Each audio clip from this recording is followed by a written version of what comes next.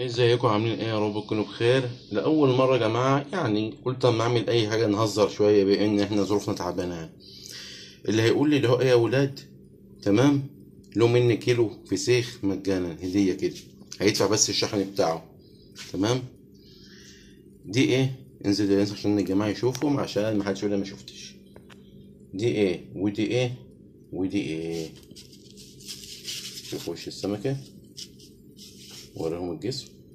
دي طبار ولا بوري ولا زحلطه ولا ايه دي؟ ماشي. ودي ايه؟ طبار برضو ولا بور ولا زحلطة؟ ارجع تاني اللي فوق منها بعد اذنك.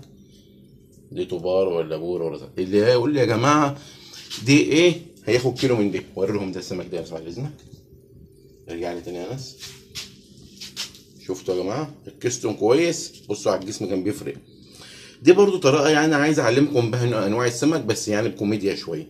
هي خسارة عليا مش عليكم، ارفع شوية بس عشان خاطر انتم اخواتنا، فانتوا على دماغي. ليكوا كيلو واحد اربع حبايات، خلاص كيلو واحد اربع حبايات اللي هيقول. وروم مش السمكة دي اهي، قولوا سبحان الله ها. ودي اخدك شوية. اشوفكم على خير، ومستنى ان شاء الله كومنتاتكم او تعليقاتكم. تمام، وشيروا الفيديو، وعلى قد ما تشيروا هتكسبوا. سلام.